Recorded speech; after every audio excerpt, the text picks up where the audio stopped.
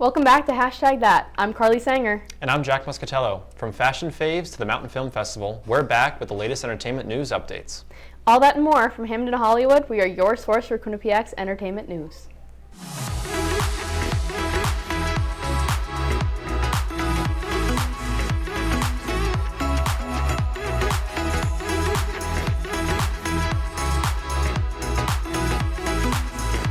From Hamden to Hollywood, we are your source for Quinnipiac's entertainment news. Former Nickelodeon actor Drake Bell allegedly threatened suicide following his brief disappearance last Thursday. The Daytona Beach Police Department first announced the incident on Thursday morning, stating the actor was missing and, quote, endangered, end quote. According to an audio recording between a police officer and dispatcher, Bell experienced a, quote, falling out, end quote, with his wife, and left family members concerned when he texted prior to his disappearance that he planned to, quote, get drunk and hang himself, end quote, in a hotel. Hours after the initial announcement, the department confirmed that Bell was, quote, safe, end quote, clarifying that officials were, quote, in contact, end quote, with the actor. It has been announced that the former Real Housewives of Salt Lake City star Jen Shah owes approximately $124,000 in legal fees. Shah is currently serving a 6.5-year sentence in minimal security federal prison after entering a guilty plea in July of 2022, confessing to being a part of a multi-state telemarketing scam. The law firm has sent out many unsuccessful collection notices, but there has still been no sign of a payment. The scam was found to start in 2012 and was put to an end in 2021. Regarding the matter, Shah said, quote, knew it was wrong, many people were hurt, and I'm so sorry, end quote. She forfeited $6.5 million and will pay $9.5 million in restitution. She's expected to stay in prison until at least 2028. The trailer for the new film The Marvels released to YouTube on Tuesday, teasing the next chapter in the Marvel Cinematic Universe with the return of Brie Larson's Captain Marvel. However, the trailer was hit with a rush of dislikes on the site, reaching almost 500,000 in the span of a few days.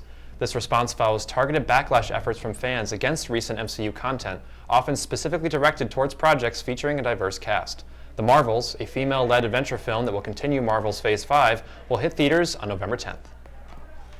Food Network's own cooking star Valerie Bertinelli has come out saying her show has been canceled after 14 years and she wasn't told why. Bertinelli's show, Valerie's Home Cooking, just premiered its 14th and final season this past weekend, where Bertinelli announced, quote, I didn't say anything last summer because honestly, I was hoping they would change their mind, but they have not, end quote. Food Network made no comment regarding the announcement or the decision upon Today.com's request to speak on it. Bertinelli followed up with the announcement saying, quote, I have loved making this show. It was such a dream come true. Every single part of it brought me so much joy. I loved the crew. I loved everybody in production. They loved making this show for you, end quote. This week, Quinnipiac School of Communications hosted the Mountain Film Festival, and here with all the details is Haley Ruccio. Hey, hashtag, I'm outside the Traveling Mountain Film Festival, which is being hosted by Quinnipiac again this year. The Mountain Film Festival highlights short documentary pieces typically centering on the topics of nature and sports. I had the opportunity to talk to some of the people behind the scenes of mountain film and talk to them about the experience of putting it on. Mountain film is basically a festival of films that celebrate the novel spirit, really to inspire people, filmmakers, artists, etc.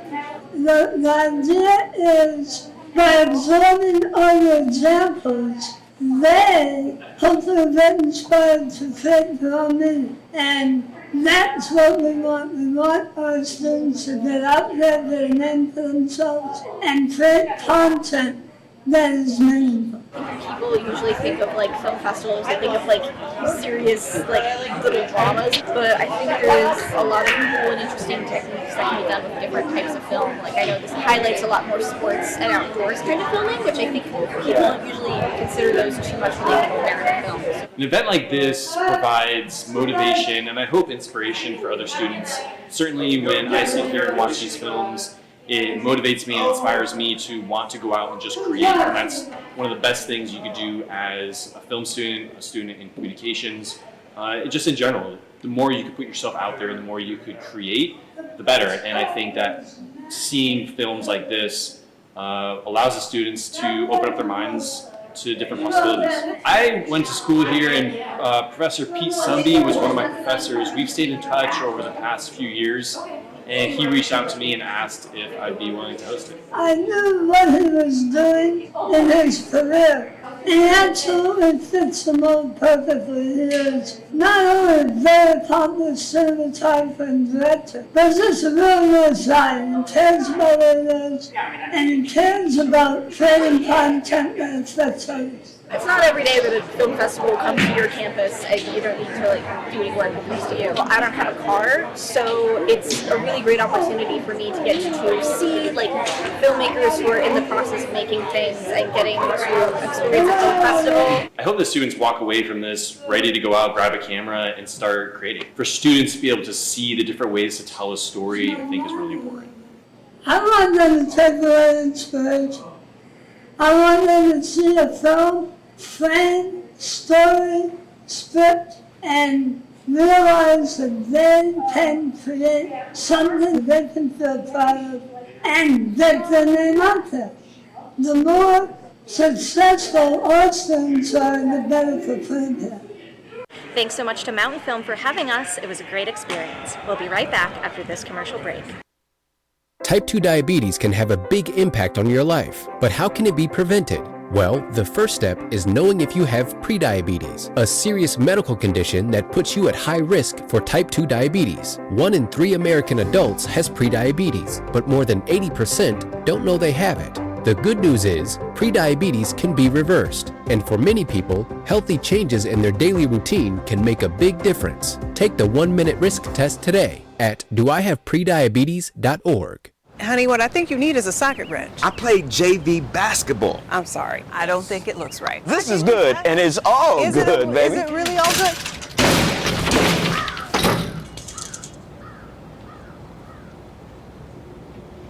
If you love me enough to routinely test your handyman skills, not to mention the strength of your marriage, then of course you'll visit nhtsa.gov/therightseat to make sure I'm in the right car seat. I'm gonna call my dad.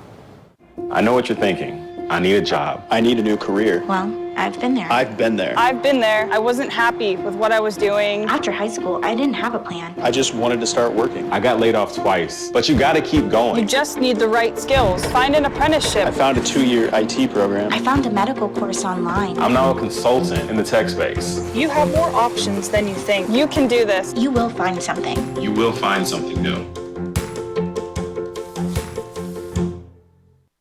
Quinnipiac Film Society is gearing up for their spring production, and Michael Rada has all the inside details. What do you have for us, Michael? Hey, hashtag, I'm Michael, and I'm here at the Quinnipiac Film Society's new spring production. The short film is called Channeling and was directed by Michaela Picard and Mick Hanley. And I got the lucky chance to talk to some of the people involved. Well, I'm playing Mia. She's the main character, and so she is an artist. She's in art school. And she's having a really hard time because a lot of people are being very nice to her, and she's just trying to do her best, and she really wants to win the competition, and she really wants to do well because she keeps getting put down by a lot of people, including her professor and her peers. It's a really cool mystery, obviously, because you don't know what's going on. People are disappearing. It's all about art, and you think it's like a simple story. There's something else going on. I don't know. It's just a really cool script that when I read it originally, just as the character in auditions, I just thought it was a simple bully in an art classroom. I didn't realize all the depth and crazy weird stuff going on. Honestly, it was super fun. I got to do some improv, which I love to do. I liked how the script was written, so that was really cool. And I got to be a bully, and I'm not usually a bully in most things that I play, so it was fun doing that, and it was fun playing the character as auditions and I got to work with 3 different people as Mia at the time, and it was all fun. So it was a good time. So I wasn't able to audition on the original day that they held auditions, so I sent in some videos, and then I got a call back, and I went in person, and here we are. That's all I have here. Back to you guys at the desk. We're back with Fashion Faves, and here to give us the rundown of all the best Coachella 2023 looks is Lane Dubin. Thanks, guys. The fashion world is just coming off of its first weekend of Coachella, so you know that there are going to be some amazing looks over the past couple of days. Starting off strong on Friday with Becky G, she had a cohesive blue theme for outfits on stage. The singer and dancer started out decked out in a blue sequin mini dress and knee-high platform boots. The halter-style top with a deep V-neck definitely matched her personality while performing on her set. Then, to switch things up, Becky G did a little little outfit change, pulling from Western-inspired looks while still staying with the blue theme. This second outfit included a mini bedazzled top and a little denim cropped long sleeve with a blue utility denim bottom to match. She rocked some low-top Nike Air Forces and even came out with a beautiful blue cowboy hat. To top off Becky G's look, she had blue braids in her hair, as well as a blue microphone that took the definition of monochromatic to a whole new level. Now, taking a look at a more traditional Coachella fashion, Brazilian model Alessandro Ambrosio nailed it. This look is very reminiscent of Vanessa Hudgens, who coined the term the Queen of Coachella by the media and the public. Ambrosio is giving the classic Coachella boho vibes that Hudgens unfortunately couldn't give us this year as she had other commitments. The funky, fresh, warm color palette Ambrosio's stylist Heather Smith pulled from this look is paying off as it emulates a young and a free aura. The difference in the patterns and textures from the soft bell sleeve top to the sharp cutout bottoms by Razia Vanessa is extremely pleasing to look at with the eye. There's always something interesting to look at with Ambrosio's outfit. To keep up this boho look, she has Schultz brand quartz heels, tinted shades, a brown Chanel cross body bag, bright beaded jewelry, and subtle pink highlights and braids that just fully complete this timeless Coachella look. And for my last fashion fave, we have to reel it back in for singer-songwriter Shawn Mendes with his simple yet effective Coachella look. Mendes went for a heathered cream vintage graphic tee paired with light beige utility pants and canvas boots by Patagonia to match. I can appreciate the simple yet cohesive vintage neutral aesthetic. To break up the lighter colors, he added a dark green, busy printed bandana, black shades, and golden teal rings to complete the look. Overall, I think that Mendes's uncomplicated look at his first weekend of Coachella was a good move, and his look especially looked good when standing next to a certain someone at the festival. That's all I have for this week's Fashion Faves, and back to you guys at the desk. Video games have been one of America's favorite pastimes for decades, and here to highlight the history of video games is Michael Katzflin. Hey hashtag, we are living in a great era for video game adaptations, and it seems like we are slowly breaking away from the curse of poor adaptations for games. Today, I would like to take a look on why it's so hard to get a game adaptation right. So with a video game adaptation, you're taking away the way it was meant to be enjoyed with the interactivity and the choices you have on how to get to the end. Also, there's a lot more cutscenes than gameplay, so it could be a little hard to fill in what's in between. A great example of this is with Tomb Raider, a very iconic video game franchise, and Lara Croft is a great character, but our 3 attempts of live-action movies all failed since they weren't able to cram in every detail into the movie. Another issue is getting the right talent to portray these characters. A lot of the time they get actors that just don't seem to get the characters and end up being out of character. Street Fighter and Mortal Kombat are 2 game franchises that are well known for their wide array of characters and different backgrounds and personalities, and both of them had live action attempts in the 90s where each of them failed since all the actors they got didn't quite fit the personalities of the characters they were trying to portray, so it led to both movies having a low box office. Another big aspect of this is staying faithful. While it is good to have your own spin, you still gotta stay as faithful as you can to the original material. The Super Mario Bros. Movie from 1993 was the first video game adaptation, and it didn't even try to use the source material, and there were a lot of things they got wrong, such as Mario and Luigi having very noticeable age differences, Bowser being a human, Goombas being 11-foot creatures with tiny heads, Yoshi being a straight-up T-Rex, and they don't even go to the Mushroom Kingdom, they go to some alternate dimension that's like a parallel New York. Resident Evil has been by far the most unlucky franchise in getting a good adaptation. The franchise had a 6-movie run, they didn't stick to the source material, they failed at capturing the horror vibe, and instead of focusing on the characters we all know and love, they introduced new characters that steal the show that no one cared for. However, in recent years, studios have looked back on their mistakes and tried to learn how to make a faithful adaptation that fans would enjoy. In 2019, after the success of Detective Pikachu, everyone was immediately worried again when the trailer for the first Sonic movie came out, and Sonic looked absolutely terrifying and nothing like what he's supposed to look like. Paramount and Sega took note of this, so they delayed the movie by 3 months and spent an extra $5 million to redesign Sonic, which led to a very successful first movie with an even more successful second movie in 2022. When it came time to write HBO's The Last of Us, the showrunners worked very carefully with the game's creators to make sure it stayed faithful to the source material and lived up to what fans wanted. In 2018, it was announced that Mario was being given a second chance on the big screen, but fans were immediately worried when it was revealed that Illumination was going to be creating the movie, which is a company known for lazy writing and unnecessary amount of potty humor. However, Miyamoto, the president of Nintendo, worked very closely with Illumination to make sure it stayed faithful to Mario's history. This led to a very fun movie, which dethroned Frozen 2 for the biggest opening weekend for any animated movie. We still have ways to go in breaking free of this curse, since we still are getting some mediocre entries, such as the Halo series, and yet another failed attempt at getting Resident Evil in live action correct. However, the future for video game adaptations is looking very bright, and fans are finally excited to see their favorite games be put on the big screen or TV. That's all I have time for you today. We'll be back after this commercial break. Maybe you can make retirement happen. After all, you made home ownership happen. Homeschooling yourself on loans, beefing up your credit score. So I'm pre-approved. You were like, yes! Sorry. Color coding listings, ticking boxes, and flushing every toilet in a 20-mile radius. Home sweet home.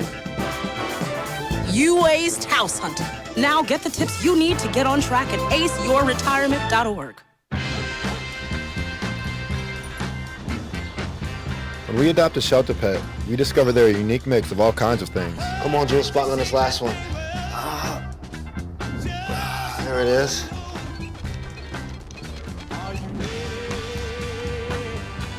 Keep going with it. Leo! They're a little bit of a lot of things, but they're all pure love.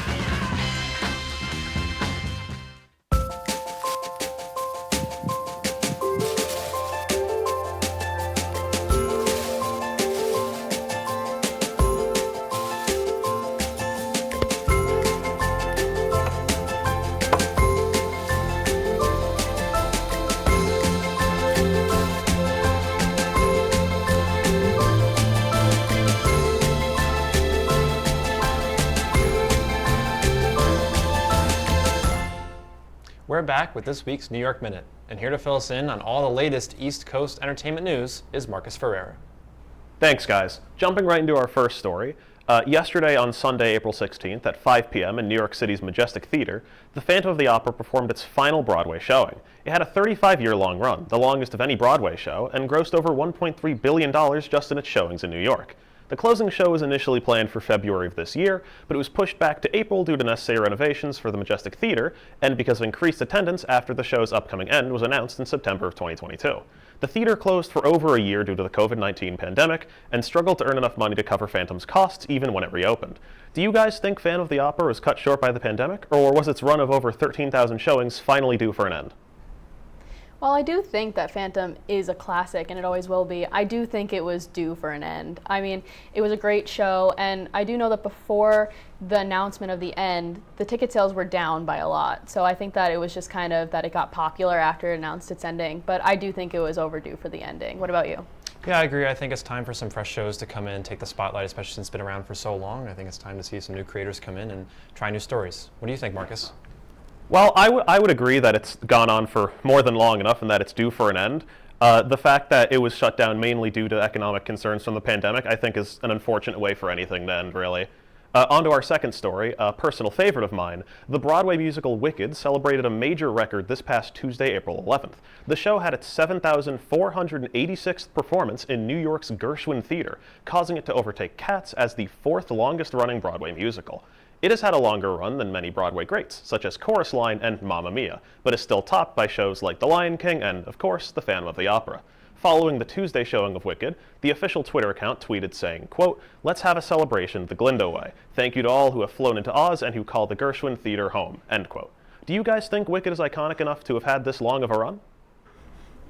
I think it has. I think especially just because the fact it's been in public consciousness for so long, and also there's a new film set to release as a two-part epic starting next year in 2024. I think it's going to stick around for a while. But what do you think, Carly? I'm really excited about that movie, and I think it's going to be great. But yeah, I mean, this show is definitely iconic. I've seen it multiple times throughout my life, and I've seen it with different actors each time, and the story's been different each time because of that. And I think that says something about a story when you can see it so many different ways, and it's just still so special. So I always will think that this will be iconic. What about you, Marcus?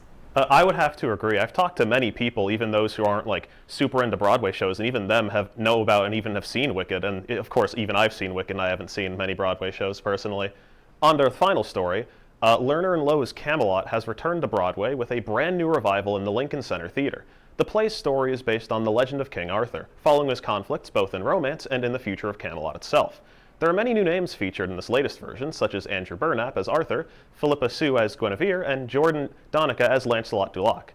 The show also features a 30-piece orchestra conducted by director Kimberly Grigsby, performing classic orchestrations originally done by Robert Russell Bennett, known for orchestrating 25 different Broadway shows.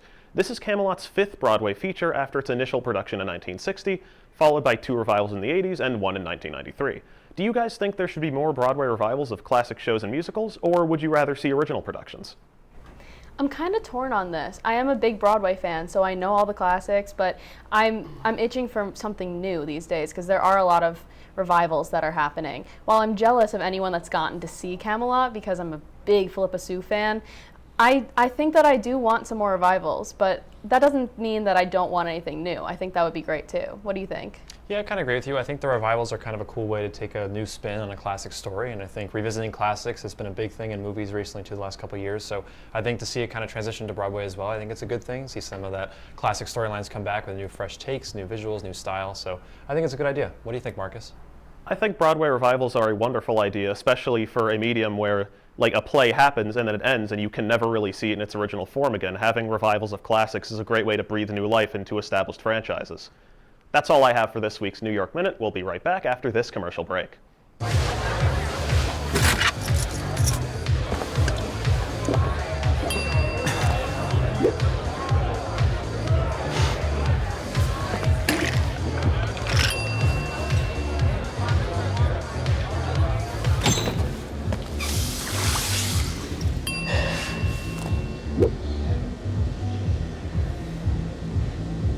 If you need to do something to feel okay to drive, you're not okay to drive. Don't drive buzzed. Multiple studies have shown that marijuana can slow both driver reaction and response time, which can be really dangerous. He's here. He's here. Wait. What? I can't drive. Why? My. Oh.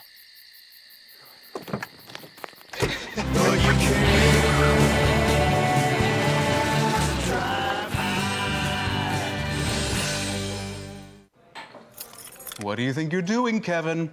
Was just gonna drive home. There are several warning signs present that you shouldn't be driving. Like hearing voices? Like your text-to-emoji ratio? Oh man, the selfies. Selfie, nailed it. We all have warning signs that let us know that we're probably not okay to drive. Mine is pretending to be your subconscious. Craig, come on man, let's split a ride home. Our music beat reporter, Samantha Shaw, has the inside scoop of music we should be listening to. What do you have for us, Samantha? Thanks, guys. Jumping into our first artist, we have singer-songwriter Nicky Yor, an indie pop artist who started his career back in 2017. He first gained popularity with his Billboard #1 hit Sunroof back in December of 2021. His song went on to be considered for many accolades, including Song of the Summer in 2022. Keeping with his growing fan base, he released many new tracks and debuted his latest song, Shut Me Up, on February 24th of this year. He will be headlining a show at Baby's Alright in Brooklyn, New York tomorrow night. Then in May, he will be performing at the Bottle Rock Napa Valley Music Festival.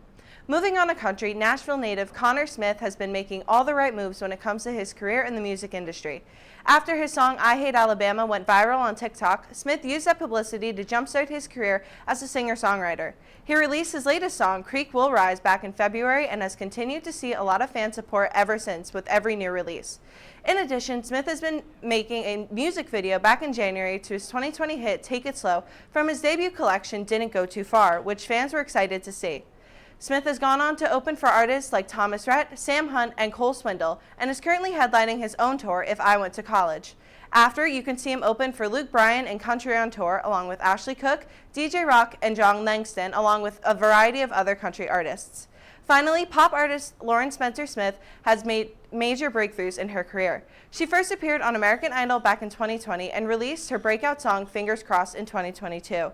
After making it to the Hot 100 list, she signed with Island Records and Republic Records. As of 2023, she has released 3 new songs, including Best Friend Breakup and 28. On April 14th, she debuted Fantasy, which features Gail and M. Byhold, 2 other up-and-coming artists in her industry. Smith's debut album is expected to be released over the summer, which will be just in time for her performance at Lollapalooza Berlin on September 9th.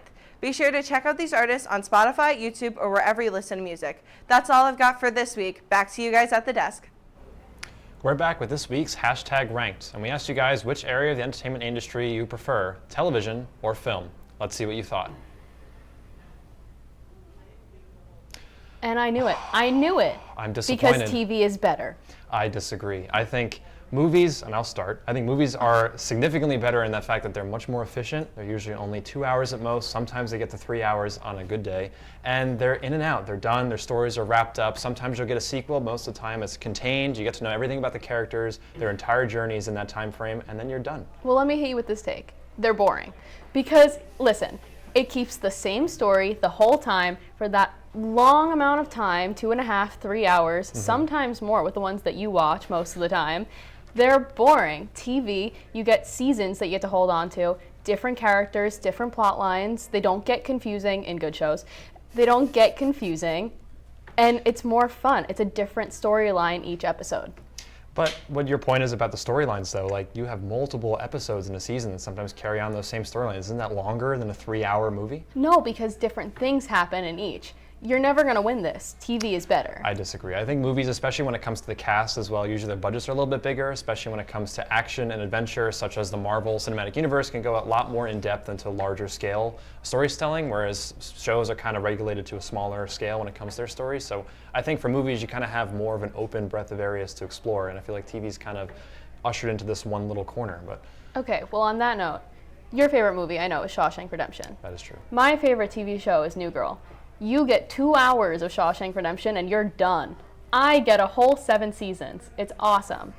It's awesome. It's so much better with the little scenes that you enjoy. It doesn't get oversaturated by 6 seasons of Shawshank. It's just but like right now, if you're excited for a movie coming out, you're gonna go and it's gonna be a day and you're gonna watch it once and that's great. And then you have to wait for a streaming service.